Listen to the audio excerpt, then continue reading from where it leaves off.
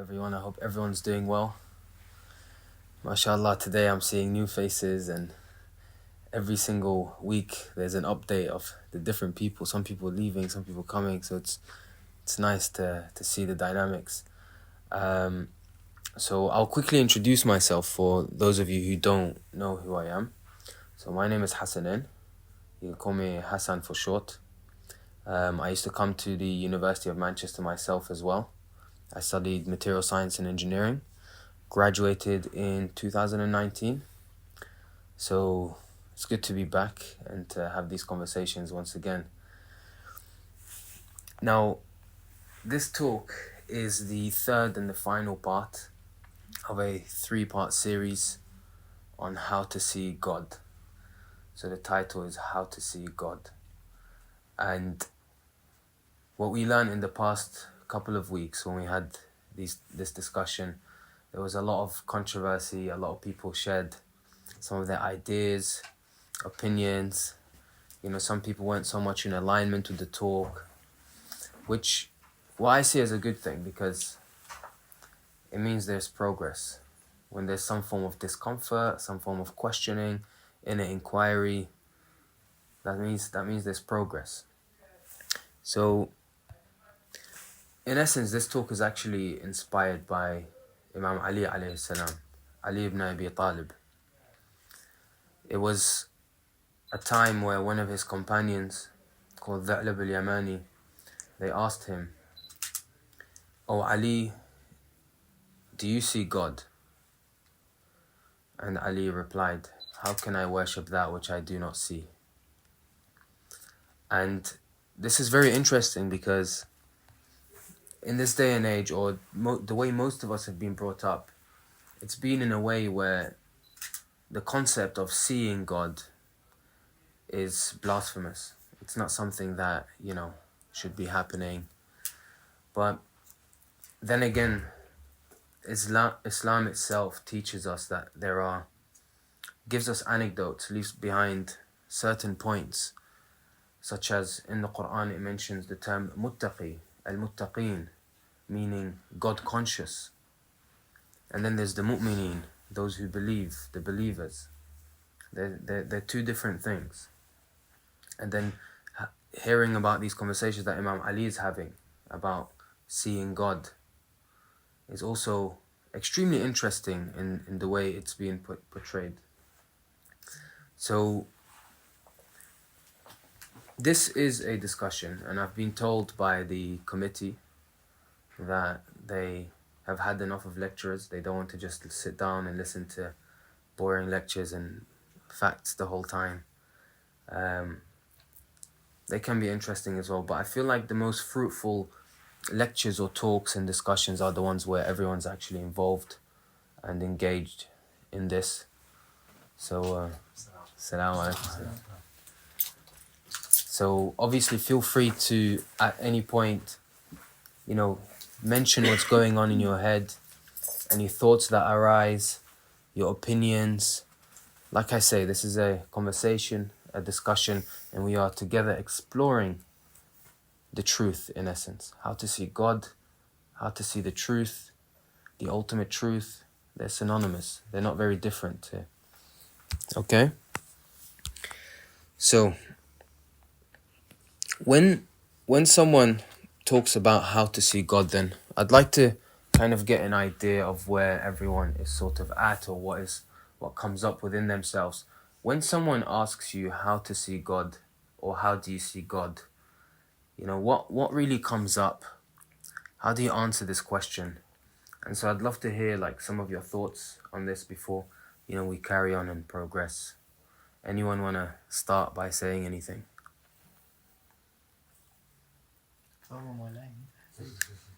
I'll put people on the spot otherwise. So I think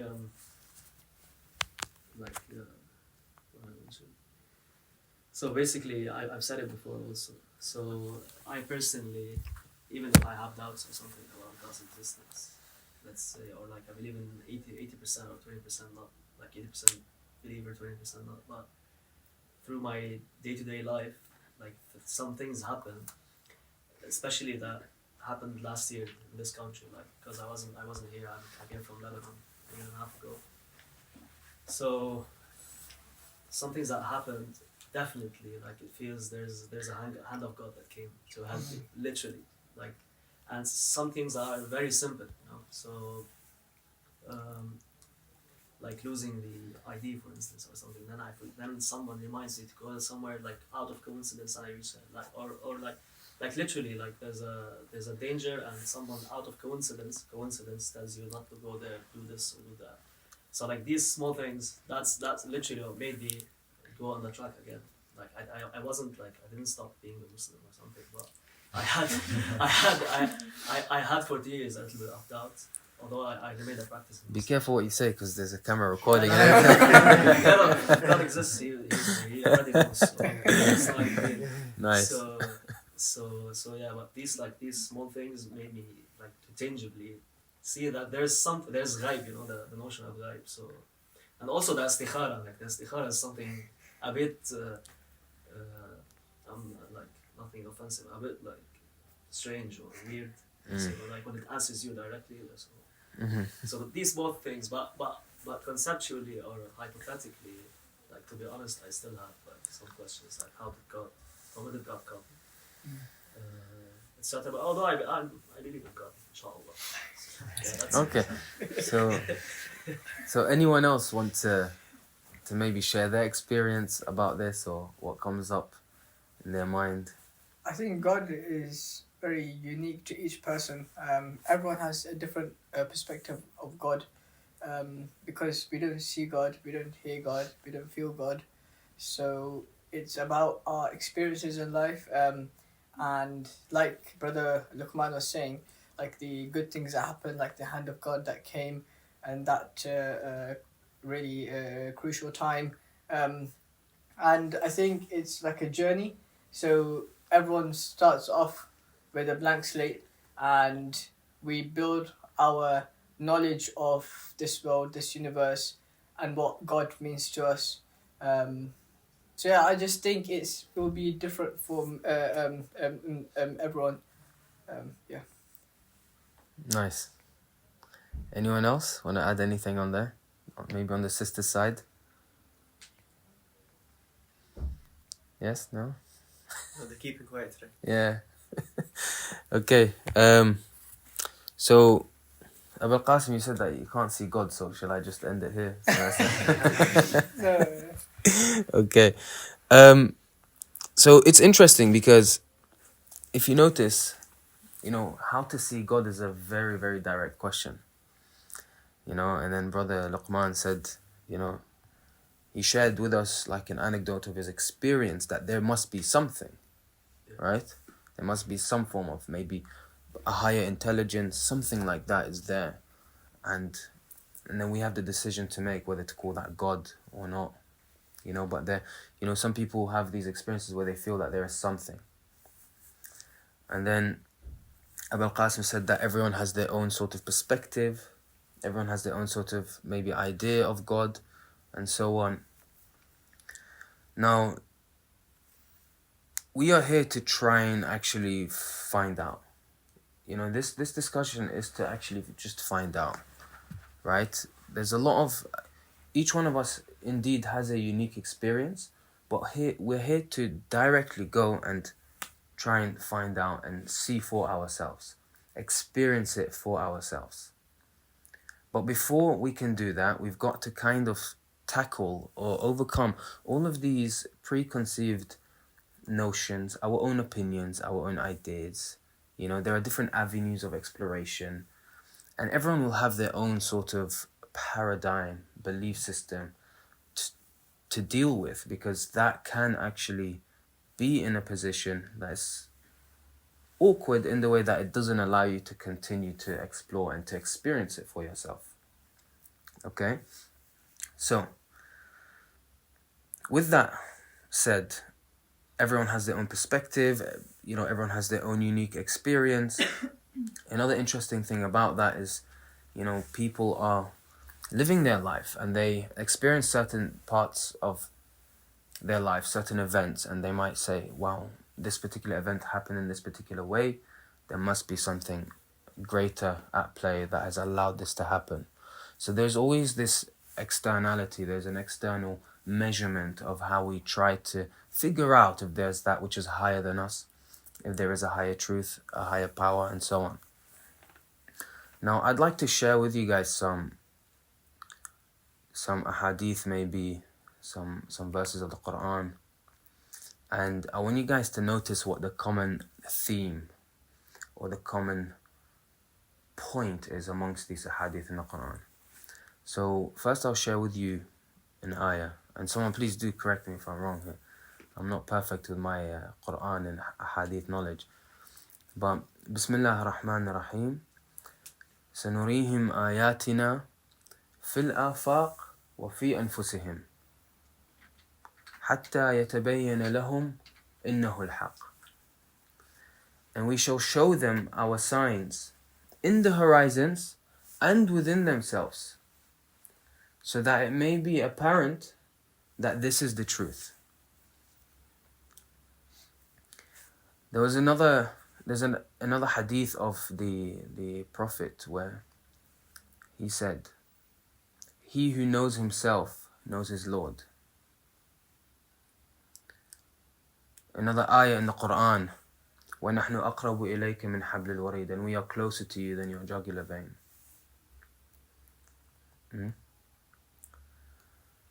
And then, as mentioned earlier, which is what this whole talk is inspired by, Imam Ali's account when he says, "How can I worship that which I do not see?" So there's a common theme here that is taking place, and we are first to recognize this common theme so that we kind of pave the way to getting closer to the reality and the source of these verses and ahadith and so on. Okay? Like Abu al-Qasim said, everyone has a unique perspective here, but we kind of want to find some form of consistency regardless of your perspective, regardless of your opinion, because that will be closer to the truth. So let's look at this more practically. Okay? So the truth, or God, even in Islam, right, in most religions, is described in a way where it's not bound by time. It's not bound by space. So, and I'm using the term truth and God synonymously here. So, the ultimate truth is not bound by time and space. So what does that really mean? It means that the ultimate truth that we are trying to discover here has been there before us, is here right now, and will be there after us. Okay? So, it's not bound by time, and it's eternal. It's regardless of our activity in life, regardless of what we learn in life, what facts we pick up, what memories we create, what experiences we have, the truth is going to be consistent. So why do we always place ourselves in a position where we use these facts and knowledge and experience that we've picked up over time, we use this to try and decipher that which is consistent and eternal. All of that which we've accumulated, which is temporary. It's temporary and it's inconsistent. What you believe in today, you might not believe in tomorrow. What you believe in today, you didn't believe in 5 years ago. There's always an update. It's ever changing. So how are we using the totality of what we have accumulated in the form of beliefs, thoughts, opinions, what I like and dislike, and all facts, knowledge, information. We use all of that, which constantly updates itself and is changing, to try and decipher and figure out that which is unchanging, that which is always there, regardless of what we learn or unlearn. Okay? So what we are doing here right now, what you are feeling or what you are experiencing right now, as you look into yourself and you're nodding your head like yes, This is called reflection. This is called self-reflection. And this links to another hadith of the Prophet, where he says that an hour of reflection is greater than 70 years of worship. Huh? You know this one, yeah? It's a good one, isn't it? Yeah. That's, worship. From such a young age, you're being told you have to worship, you have to pray 5 times a day, do this, do that. These are an absolute must. Okay? But then, self-reflection, just an hour of this, what we're doing right now, is greater than 70 years of worship. Why? Because the fruits in self-reflection far exceed anything else in life. Discovering this, the ultimate truth, how to see God, realizing what the Imams are talking about all the time, what they're living by all the time, this is really what it's all about. We go, we work, and we study, and we learn, and we strive, and we want to make money, and we want to be rich, and we want to do this, and we want to do that, which are all fun and nice to do. But really, there is that which is even allowing all of that in the first place. So let's recognize that. This is a discussion, an exploration, where we are all coming here together to try and figure that out. Okay? So, last week I used an analogy where if you imagine that someone picked you up and dropped you in the middle of a forest, and it's an uncharted area, no one knows about it, and you are trying to find your way. So, in this particular scenario, we are in this together, we've been dropped in this forest. If one of us says that, hey, we need to turn left here, this is guaranteed the way forward, and they present to us valid evidence as well, and then someone else says, no, this is the direction to go, and they also present valid evidence, and then we sit there for 2-3 hours having this discussion to figure out which way to go. The bottom line is there's no progress. We're at a standstill. So this discussion, self-reflection, does not come in the form of I agree with this or I disagree with this. True self-reflection actually dissolves anything that you agree or disagree with. Okay, any sort of a dilemma that you've got, a paradox, it just dissolves.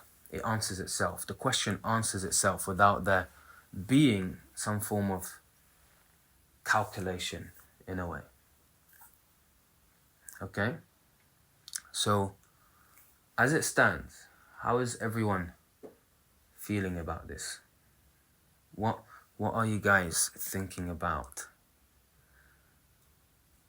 Do you guys see how this is relevant in our pursuit to see God or in our exploration for the truth? Do you see the relevance here? Or do you feel like this is irrelevant, it doesn't connect to it?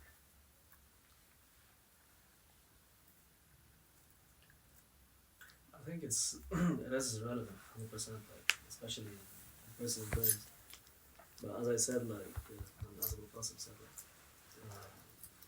each one of us maybe have their own way, in believing in God or something, which I passed through as well. But I still have these conceptual questions. Although now I believe that, definitely, I think so. So, most probably I believe it. So, but still, I have these conceptual questions about God. If once someone comes and asks me, okay, prove from where did God come?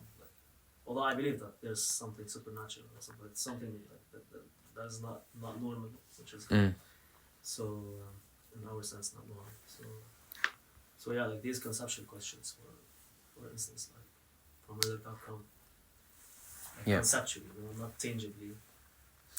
So, I'll go over this quickly because we touched upon this in the last 2 weeks as well.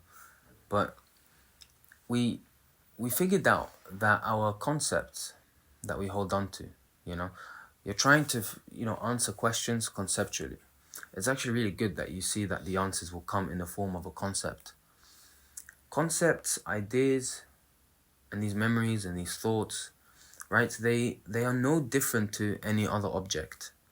Okay, so this particular cup, right? This particular cup it has a defined border around it, which is how we can see this cup as an object, right? This is how we identify this. Thoughts and ideas, they also have like a particular border around them, which is how we can identify a particular thought and an idea. So anything that has a border around it that can be singled out and identified is an object. Okay? Now, what we are trying to explore, it's impossible to objectify, because it's that which recognizes all objects, or it's that which has allowed all objects to be. Okay? So, but the interesting thing is that once it's realized, all these questions, they naturally fall away anyway, because they automatically become answered. Okay? So what is that then? What is this that we are speaking about? We mentioned earlier the whole situation with being, the whole situation where the truth is eternal. It's consistent. It's unchanging. It's not bound by time. It's not bound by space. So in a way, in order for us to realize and recognize that, we have to match its characteristics. So what does that mean? Okay? We have to recognize within us. Remember, the Prophet is saying, he who knows himself knows his Lord. You know, when I ask myself, who am I? Like, it's not going to be the Hassan who likes pizza that's going to be the one who's going to discover God. That is a concept, you know? That is an idea or an image that has been formulated over time, right? It's going to be this part of me that is also consistent, that is also unchanging, that is also boundless, that also has no barriers, that's formless, it's eternal. And it's not just about me, it's about you. This is an invitation from me to you to find that which is consistent, boundless, unchanging, not bound by time. It was there before you were born, it's here now, it'll be there after you die. Sorry, can I ask a question? So you know how you talked about like thoughts and opinions and ideas and things? Do you mind just like raising your voice? Yeah, it's okay. You know how you talk about like thoughts and ideas and opinions and how like, oh, the ones you had 5 years ago are not going to be the same as the ones you have now and in 5 years, and they're ever changing and so on. And then you say like the ultimate truth is like will be here before us and after us, and it's consistent. But is it even possible that you'll ever reach that in your lifetime, because your relationship with God is also ever changing? Like last year is not the same as like mine this year, and probably won't be the same next year. So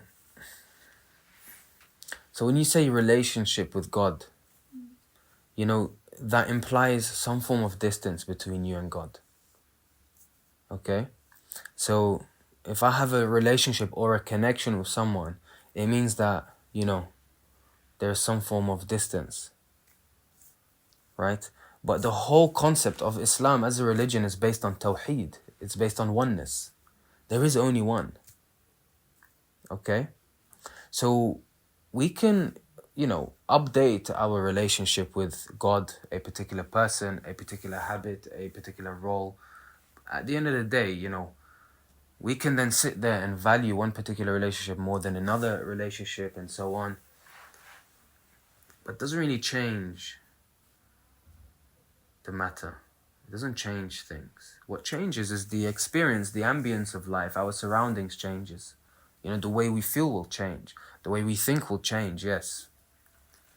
But it doesn't change that which is aware of the feelings, the ideas, the thoughts, and everything around it. But would the connection grow over the time? As a concession, you know, the thing is, we're touching upon a very interesting side of this discussion, where we are realizing the limitations of language. Okay? We say, yes, God, and we're trying to reach nearness to God, and we are trying to get closer to God, implying that God is somewhere else, and we look up when we pray as though God is somewhere up there. We do this as a concession because language doesn't allow us in any shape or form to try and describe the situation as it is.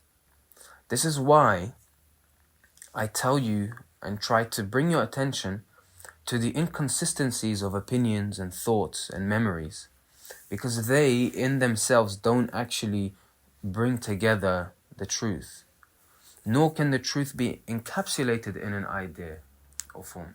And there's not, there's nothing wrong with opinions and thoughts and memories and stuff either. Okay? They're very necessary. There's a lot of utility to them. Like, for example, identifying objects is very important. If there's a lion in the room, you damn sure want to be able to identify that there's a lion in the room so that you can do what you need to do, right, to escape the danger. So, but if we use that same tool, if we use that same faculty of survival to try and discover God, which is boundless, which cannot be boarded into an object, it just doesn't make sense. We can, convince ourselves that we, have a connection, we can have a something, right? But the true intimacy that we are longing for, right? The true relationship is the realization that it's already there, it's already complete. And it's beyond all feelings, it's beyond all, ideas and concepts. Okay? So let's... Do you think getting, seeing God is from the heart? So this is It's from the heart. Yeah, so from the heart, right? Like, so the same sermon of Imam Ali, where someone asked him, can you see God? And he said, how can I worship that which I do not see? And so the second verse is وَلَكِنْ تَرَاهُ الْقُلُوبُ فِي حَقَائِقِ الْإِيمَانِ. However, the truths, the hearts see him through the authenticity of faith, or through the truths of faith. But the heart is this inner thing as well, right? The heart is this inner thing. Conceptualizing and ideas and stuff is really, it's an object. It's an outer thing, right? In a way, I shouldn't be splitting,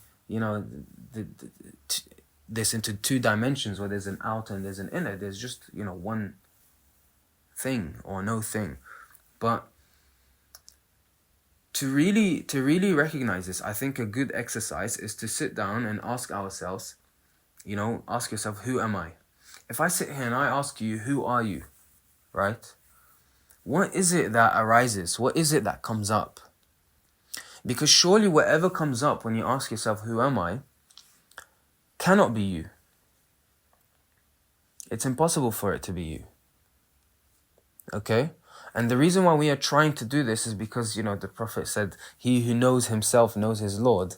And earlier we also established that, knowing yourself as someone who likes pizza, like I do, right, doesn't make sense. It doesn't actually... Tomorrow I might hate pizza all of a sudden, and I might just like, fish and chips, right? So you're saying at any point, any given time, we don't know who we are. But so does that mean that, number one, are we an infinite being as well? Like, is there an element of being infinite for us, like God? And the second question is our knowledge of ourselves and God cumulative? Does that make sense? Yeah. So the knowledge of yourself and God is not accumulative. Okay, that's a very good question. The knowledge of yourself and God is not something you learn. It's not something you pick up as a fact over time. Okay? Someone can tell you that, hey, when you're a young kid and you do something, it's like, don't do that, God will put you in hellfire. Okay? Or they might say, when you ask as a kid with your innocence, right? In sincerity and innocence, you ask, where is God? And they say, God is up there. What is God made out of?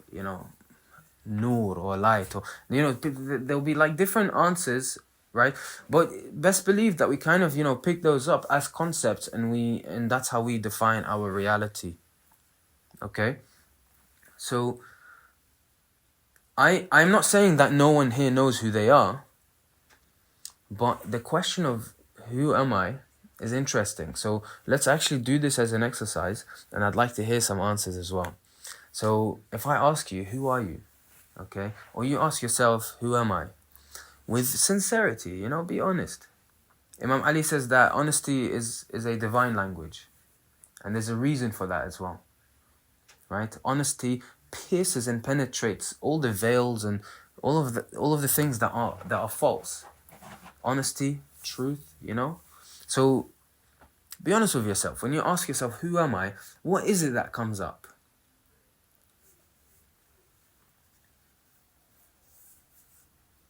Oh, you're smiling. I got the answer. Huh? It's in my head. Yeah, share it with me, guys. Tell me what comes up. And there's no right or wrong answer here either. Okay, this isn't a discussion of what's right or wrong.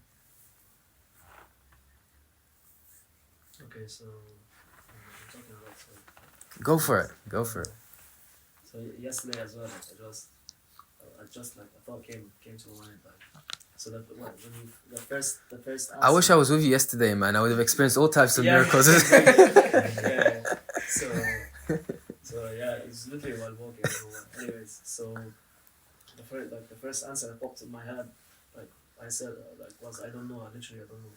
Who am I? Why do I exist? Basically, why am I here?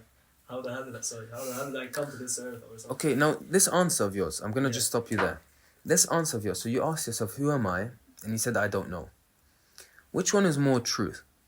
That your name is Luqman, and that you are studying whatever it is you're studying, or that you came from Lebanon, right? And yesterday you experienced so many miracles. Which one is actually more true? The past year. Huh? The past year.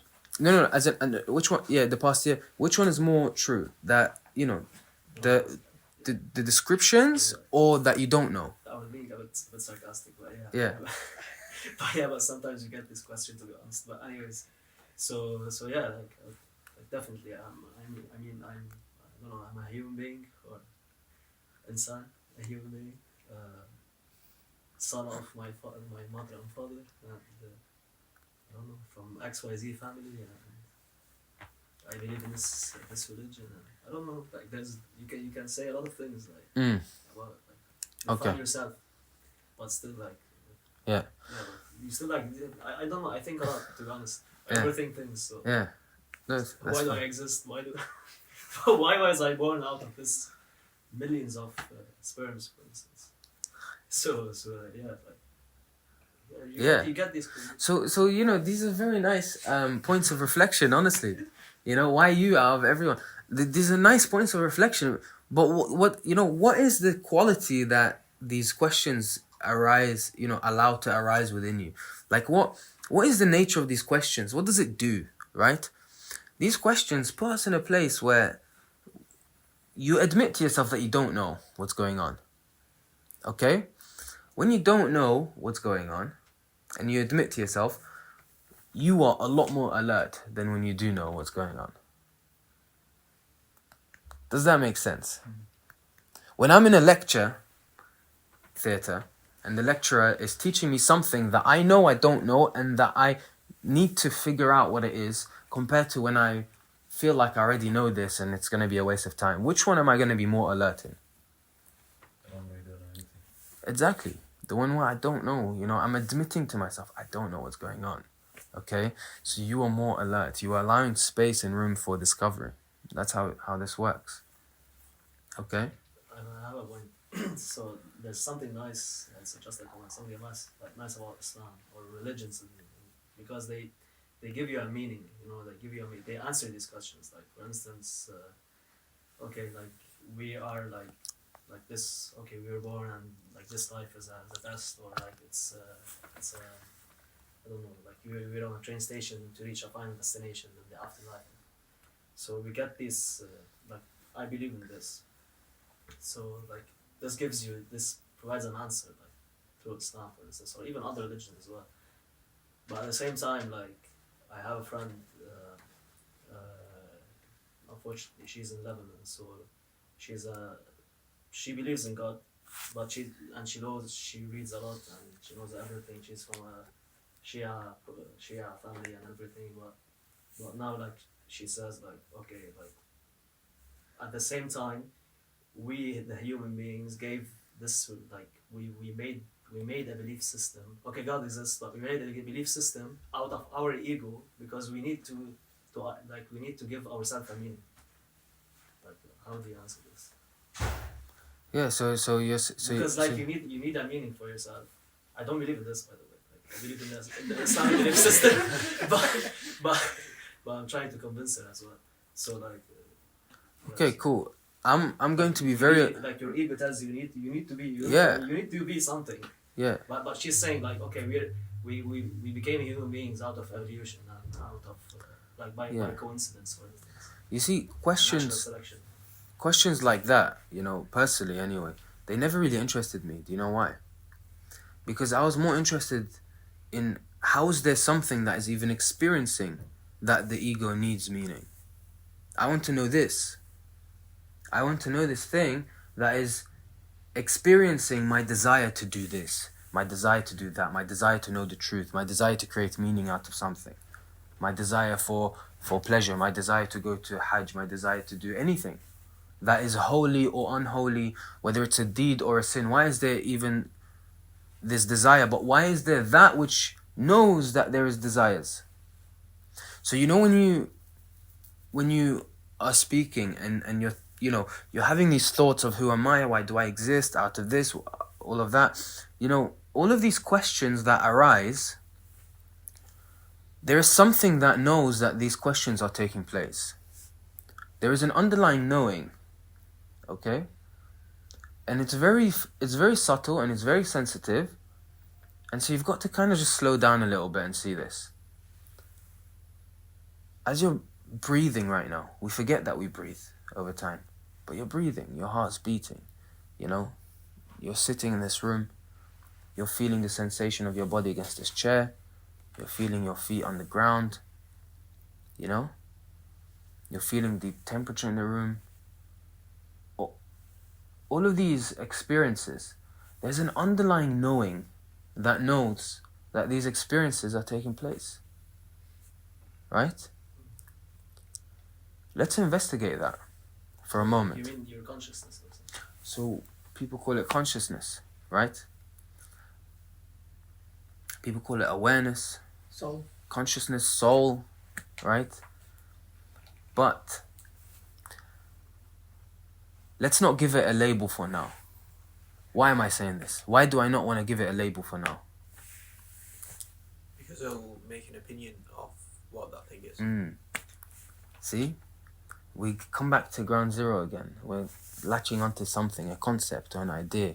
Concepts, believe me, if you live in the realm of concepts, you'll be running around in circles for eternity. You'll never figure out. Someone said it earlier, right? You said that you'll never really figure it out, right? If for as long as you're chasing after concepts, it's like you're chasing after your own tail. That's it, Because concepts, they always arise and they get updated and new ones come about and then, What we are interested in is in that which knows. It's knowing the moment as it is. Okay?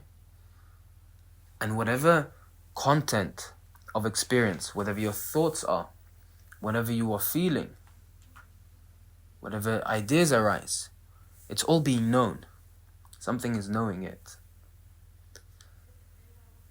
So you call it consciousness, you call it that, and then we said, let's not label it because we know it's there. Regardless of what we call it, it's there, right? One question, is this separate to our brain? Is it part of our brain? Like, That's a question first. Like, what if it's your brain? Yeah, but you see that question. This is your brain. Cool, that's fine. If I shoot you now, because I don't know what will happen. No violence, please.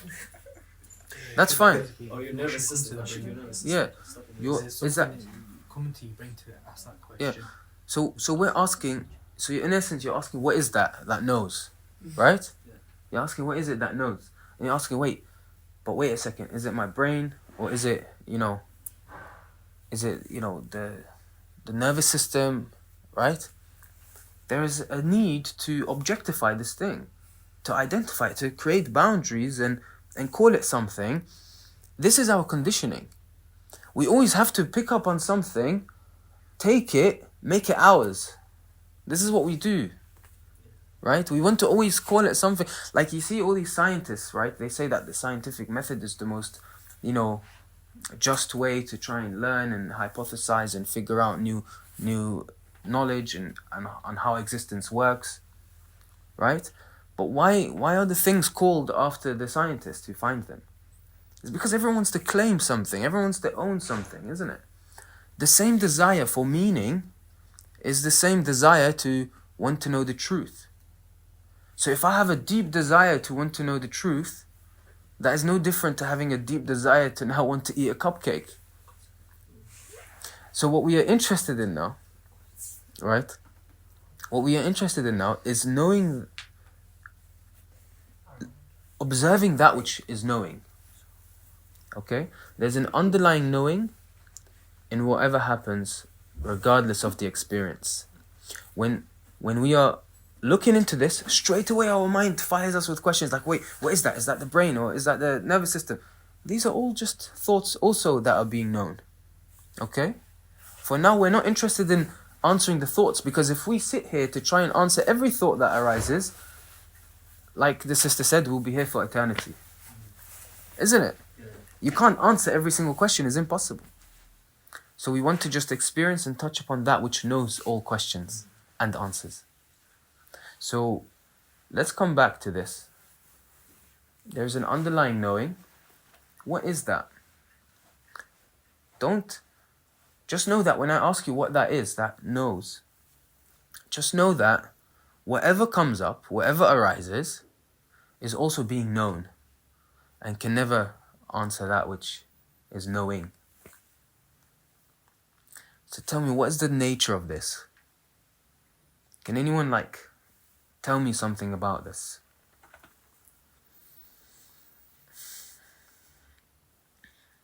So again, you have thoughts, you have questions, you have desires. There is that which knows this.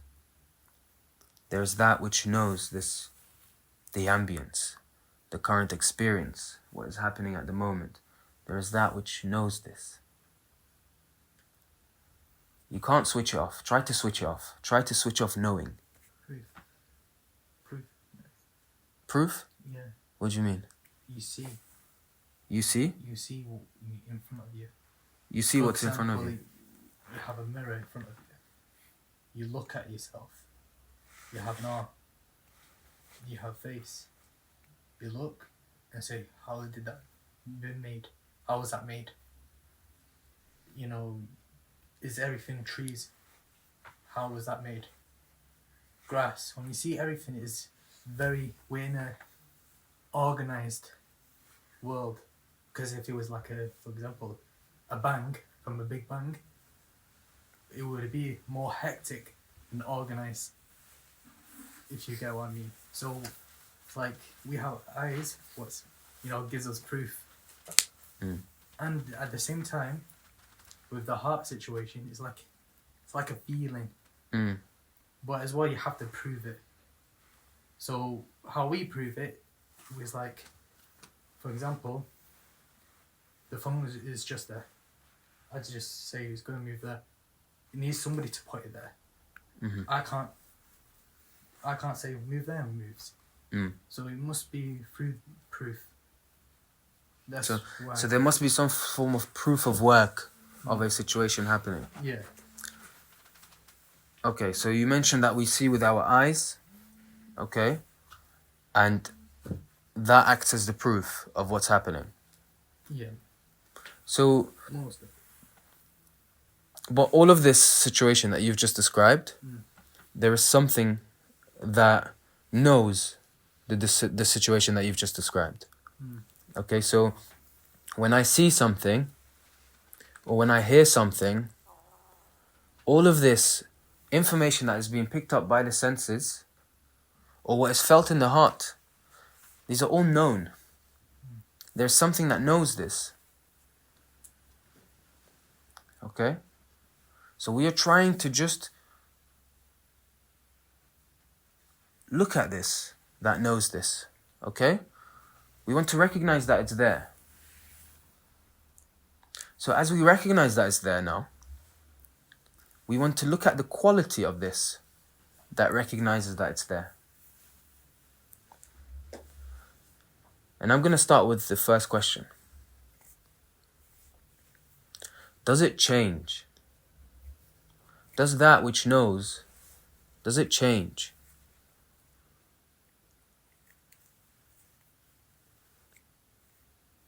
It doesn't change. It doesn't change. Your thoughts can change, your opinions can change, what you like can change, what you dislike can change. But that which knows, regardless of what is felt or what is happening, doesn't change. It's unchanging. Right? So you asked me earlier, is it in your brain? Is it your nervous system? Tell me, where is it? It's not in any one of those places. It's not. I mean, it can be. It's either everywhere, or it's not there. I think It's like a seed. It could be It's like, like a, it could be it could be, I mean, your brain, or like biologically proven, but at the same time God could have created this. So like I could say my brain, but I believe in God and God created my brain. As simple as that. I'm not gonna lie to you, Abu Qasim's answer is so spot on. It's everywhere, but it's not there at the same time. It cannot be localized. Can you localize it? Because if you localize it, it means that you have objectified it. You've turned it into what this cup is now, an object. That which knows, all of that which is changing is unchanging. It's consistent. It does not change. Where is it? It's everywhere. Whatever your eyes touch upon, whatever your ears hear, whatever that is felt, wherever the location is, it is known. Is the cameraman allowed to ask questions? Go for it. Go for it. So, You have the best point of view in some way, right? so you're saying that basically all of that which you mentioned. Do you not think that the idea that we do not believe, or not believe in concepts, but we should put concepts to a side, and beliefs and opinions and all that, is in itself a concept, a belief, or an opinion, just as how an atheist says, I don't believe in God, but that is a belief in itself.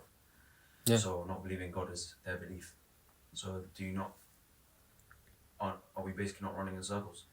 Because we've gone through and then come back to... Exactly, yeah. Which is what I said earlier, you know. Our desire right now to know the truth is no different to the desire of wanting to eat a cupcake. Right? So if there's any desire to want to know this, which is already knowing, okay? If there's any desire, then the desire becomes our focal point and our reference point. So are you saying that in our search for nearness or wujud of a higher power, or the sight of a higher power, is where we I guess find ease and comfort in the faith that something is there? If your goal is to find ease and comfort, right?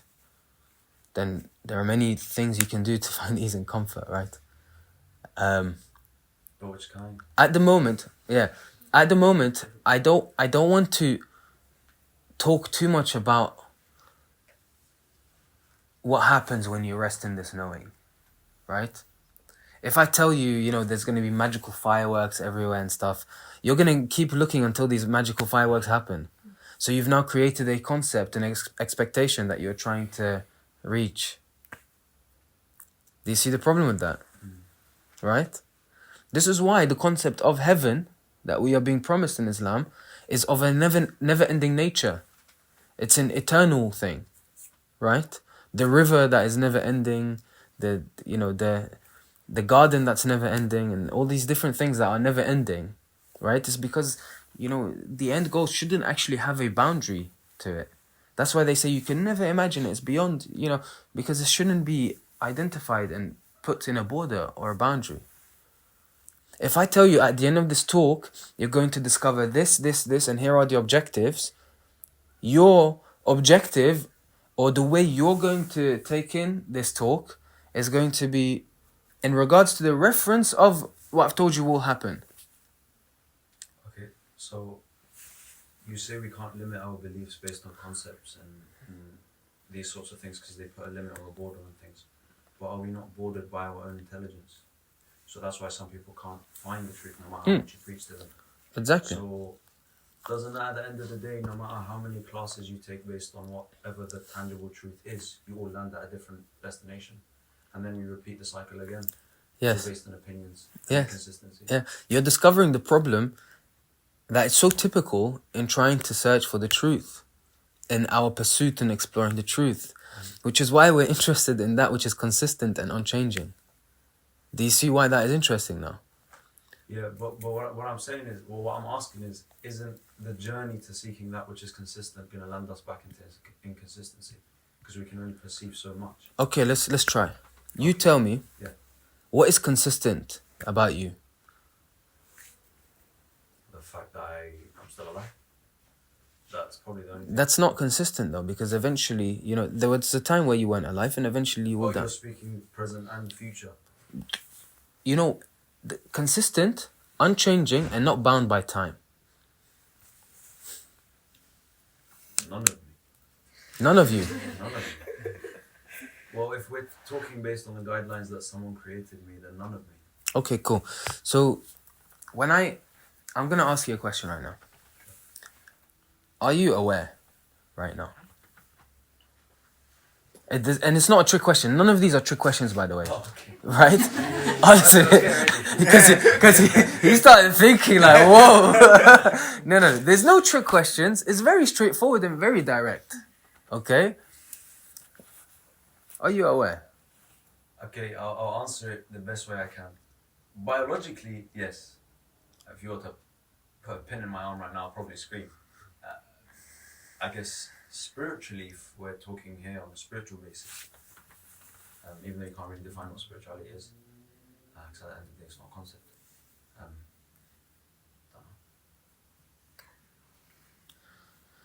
know. Okay, let's so okay, let's look at your answers then, yeah? So you've this answer of are you aware, which is a yes or no question, by the way, but you split it up into biologically and spiritually. Yeah. Okay? So how is it known that these two questions have been asked and these two answers have arisen? How is it known that you've separated it into spiritual and biological? How is it known that the answers for spiritual is I don't know, and then you use the example of the pin for biological?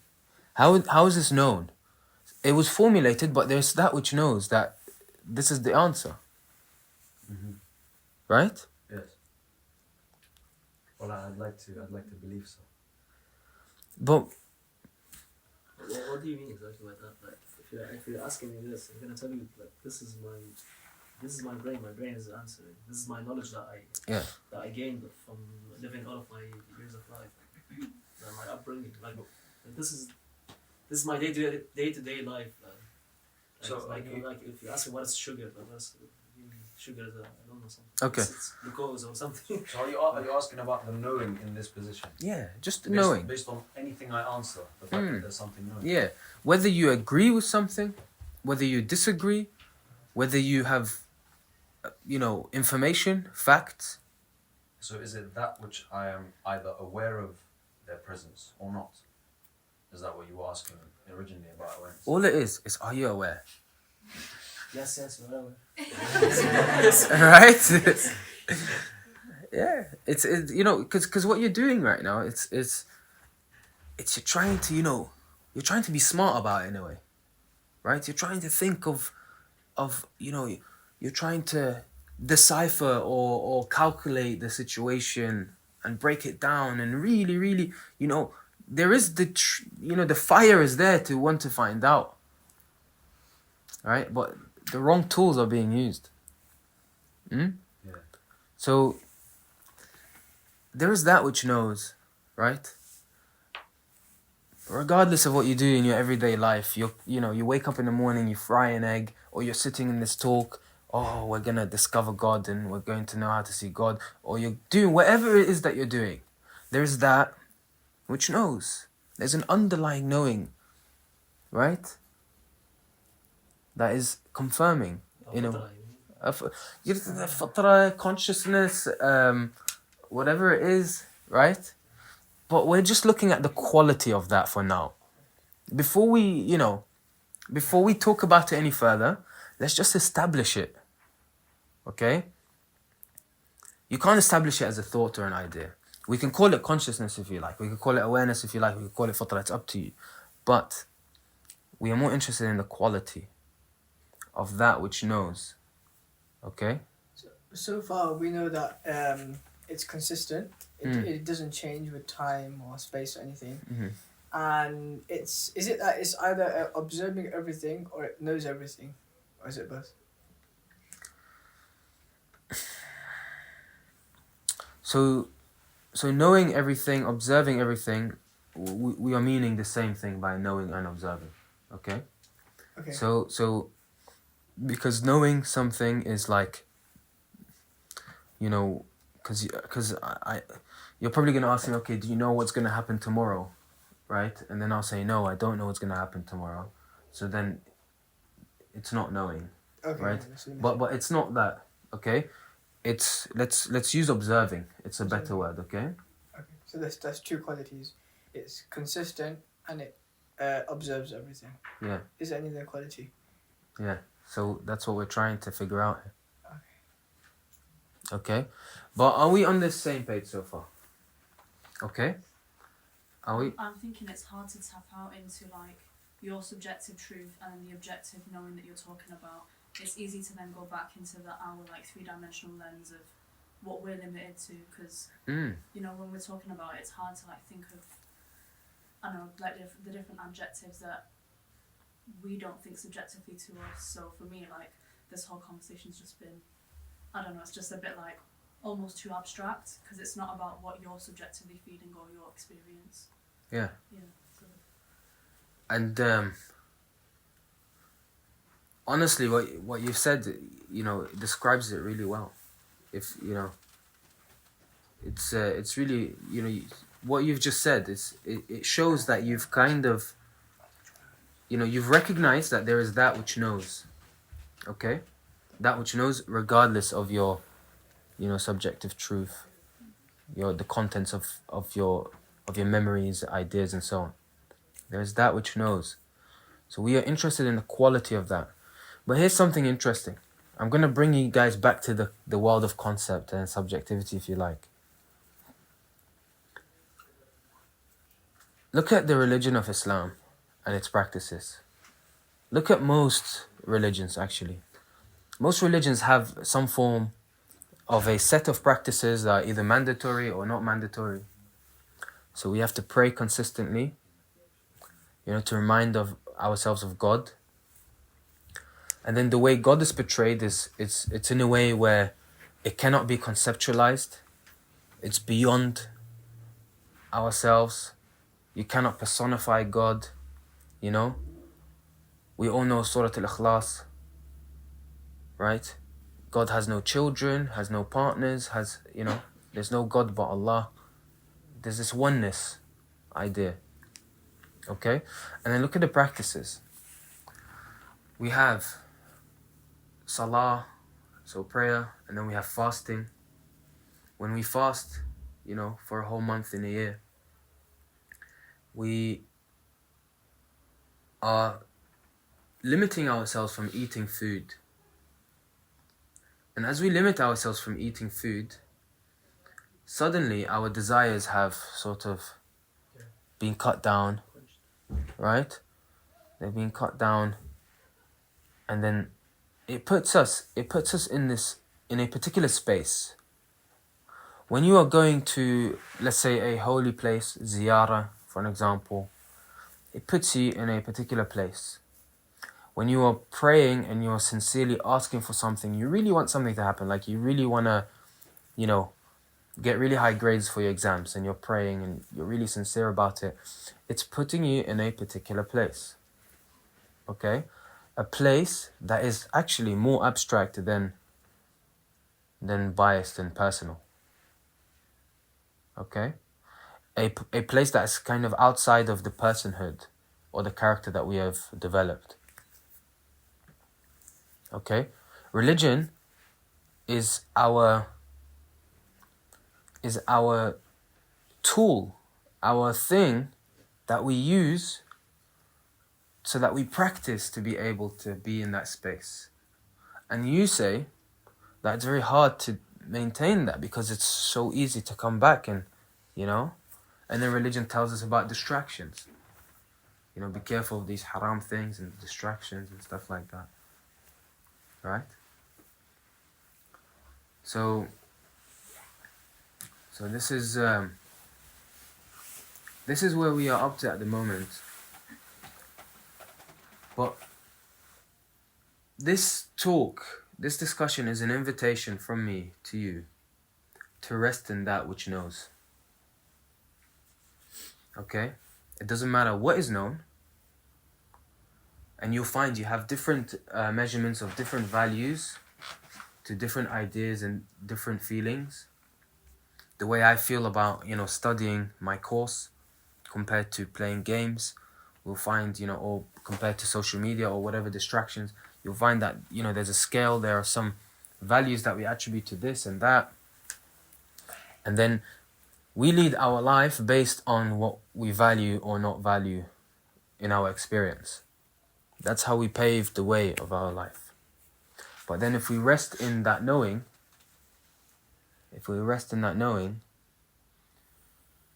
there is no value that you could attribute to it. It's the reason that we allow ourselves to even attribute values to anything. Okay? So he who knows himself knows his Lord. We are interested in that which knows. And naturally it unfolds. So before we, you know, cut this conversation, because I do feel like it's almost time, I want to touch upon just a bit more of the qualities of that knowing, because Abu al-Qasim has helped us establish that which knows is unchanging. And by the way, as I'm talking about this isn't something you memorize, take notes, and it should be in your immediate and direct experience right now. If it's not in your immediate and direct experience, this talk is pointless. Okay? It should be in your direct experience, that which knows, regardless of what is taking place. There is a knowing of the environment. There is a knowing of, I'm sorry, we use the word observe, right? Yeah. There's an observation of the environment, there's that which observes the feelings, the sensations, there's that which observes the sound that this guy sitting here is creating, that's somehow making sense in your mind, right? There's observations of all these different changes, activities, and movements. There's that which observes. Okay? And then there is recognizing that there is that which observes. There is being aware of being aware, or knowing that you are knowing. So when you are asked, are you aware? And you say, yes, there is that which knows, right? It's self-evident that you are aware.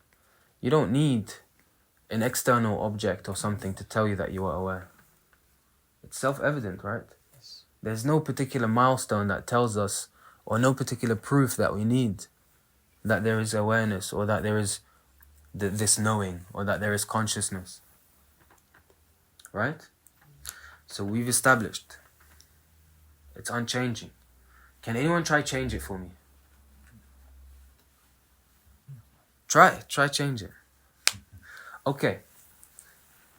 And we've also established it's not bound by time. And I'll tell you why it's not bound by time. When you are engaged in an activity that you really enjoy, I've really enjoyed this talk, and it feels like I've only been sat here for 20 minutes, right? But if I'm doing something that's extremely boring, you know, there's a difference in the way time moves, right? But that which knows is consistent, regardless of the relativity of time. That's an example. Another example is if someone faints right now, right in front of us. Have you seen a person faint, or you might have experienced it? As soon as they faint, people gather around them for like a few seconds, like, oh no, what's happening? And it's all dramatic and stuff. And then they wake up. And as soon as they wake up, they're like, whoa, what's happening? Why is everyone around me? You know?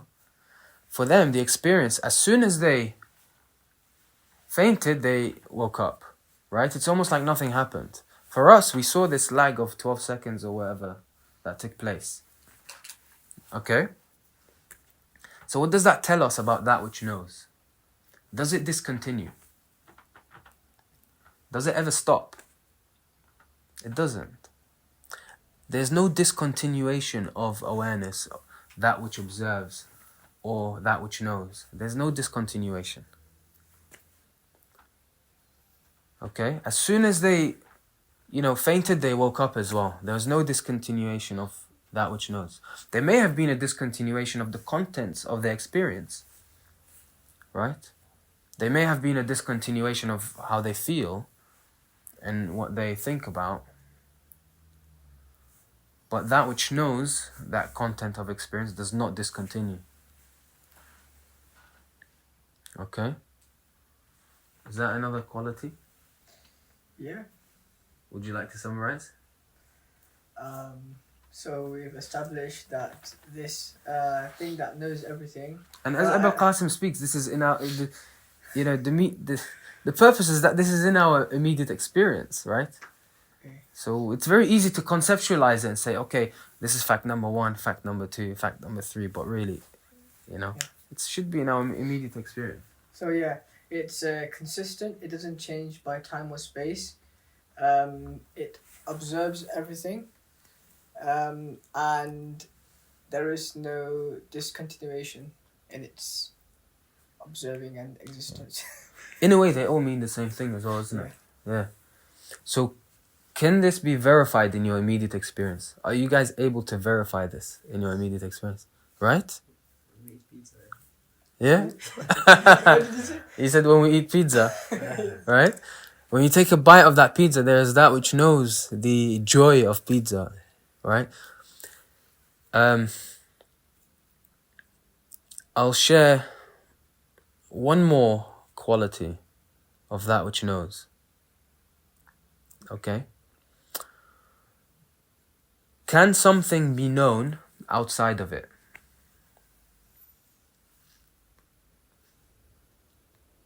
Try.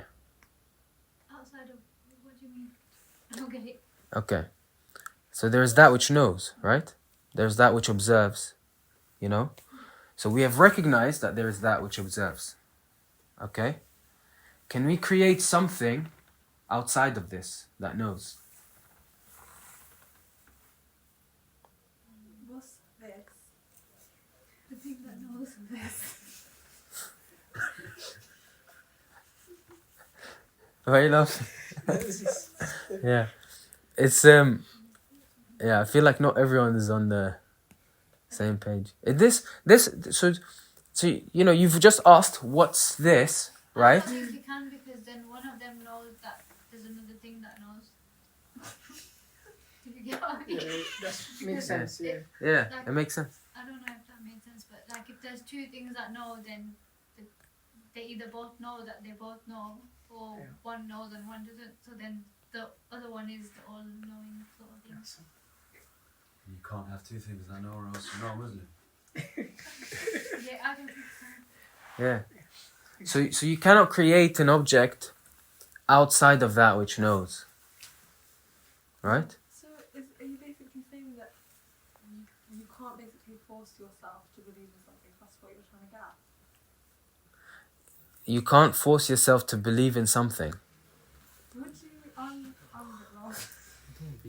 It's funny, it happens every time someone comes. Yeah. Comes in. Okay, let's just clarify that, yeah? So far, we've realized that we all have different beliefs. One day I believe this, one day I believe that. I might have a set number of beliefs. I might have different values that I attribute to these beliefs. Okay? But there is that which knows these beliefs. These beliefs are somehow known. Right? So you know the contents of your mind. These are known. They are observed. All we are doing is we are recognizing that there is that which knows these belief systems, regardless of what it is, regardless of how important or unimportant it is. Right? There is that which knows these experiences. Okay? And we are looking at the quality of that which knows. You know, some people want to call it consciousness, some people want to call it fitra, some people want to call it awareness. Right? These are all different labels, and these labels are also known anyway. Right? Okay? So our question to begin with was that which knows, does it change? It doesn't change. Okay? That which knows, right? Does it discontinue? Does it ever stop? Not knowing. It doesn't stop. Right? And then, what are the other points, Abu Qasim? It's observing. Observing. And it's all observing. Okay? So, this question now is, can you create something outside of that which knows? You can't. Right? So, it's all knowing. Okay? It does not discontinue. It's not bound by time. We saw this, regardless of how your perception of time is going, it knows. Okay? So, this is an invitation for us to recognize this and rest in this. Okay? We are resting in this. Resting and recognizing that which is knowing and all-knowing. Okay? So, as far as what I have to share with you guys, this is the final series of the 3-part talk on how to see God, or how to recognize the truth, or how to see the truth. We said that in order for us to truly experience the ultimate truth, we have to match our qualities with the truth. So we have this quality. We've just noticed that we have this quality. It's unchanging. It's not bound by time. It's not bound by space. Abu Qasim said it's kind of everywhere and it's also kind of nowhere. It's nowhere, he said nowhere because you can't objectify it, you can't hold it, you can't conceptualize it. You can give it different names and labels if you want, but you can't really put it in one sentence, in a box or anything like that. Right? But he also said it's everywhere because, you know, how do you explain that, Abu Qasim? It's For something to be outside of time and space, it has to be everywhere by definition. Yeah. Yeah. And so to exist and to also not be bound by time and space, it has to be everywhere. Yeah. So it's everywhere. We've verified that it's everywhere when we said that, can you create something outside of it? And he said, no, we can't. Okay? So, it's impossible for there to be anything outside of this knowing. Okay? It's all-knowing, it's outside of time, it's boundless. These are the qualities of the ultimate truth. It was there before us, it's here now. It will be there after us. And this is what we rest in. The thoughts that arise in our mind, some thoughts kind of lose their their value. You kind of see how thoughts come and go. And just, we fight over our opinions and we have to be right all the time, and he did this and he did that, right? So there's a lot of freedom that comes with this. Deep inner freedom that one feels almost immediately when they realize that they are not their thoughts and they are not the content of their experience. They are that which knows. Thank you guys so much for listening. And quick plug, I have a YouTube channel. It's called The Spiritual Walks. I have a Instagram at The Spiritual Walks. On there, like, I release a lot of content like this. So, you know, feel free to message any questions, or, you know, you might enjoy this content. This could be for you, this may not be for you, this type of exploration, but everything you've ever wanted to know, it's in this direction.